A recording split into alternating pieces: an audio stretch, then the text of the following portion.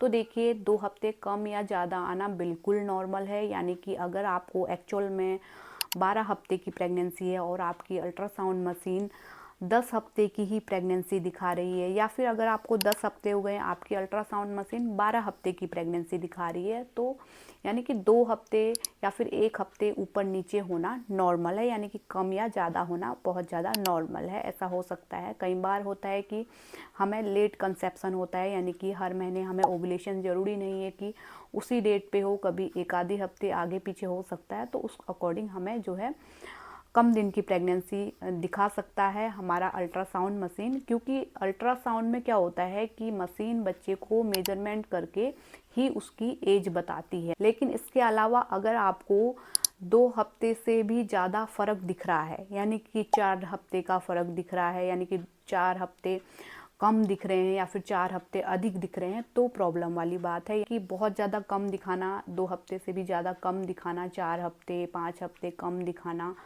Ultrasound में, इसका मतलब होता है इंट्रा यूट्राइन ग्रोथ रिटार्डेशन। यानी कि जो बच्चा है उसकी ग्रोथ प्रेगनेंसी में कम हो रही है। वो कोई भी कारण हो सकता है, उसके लिए डॉक्टर आपको क्या करना है आगे वो बता देंगे, क्या ट्रीटमेंट लेना है।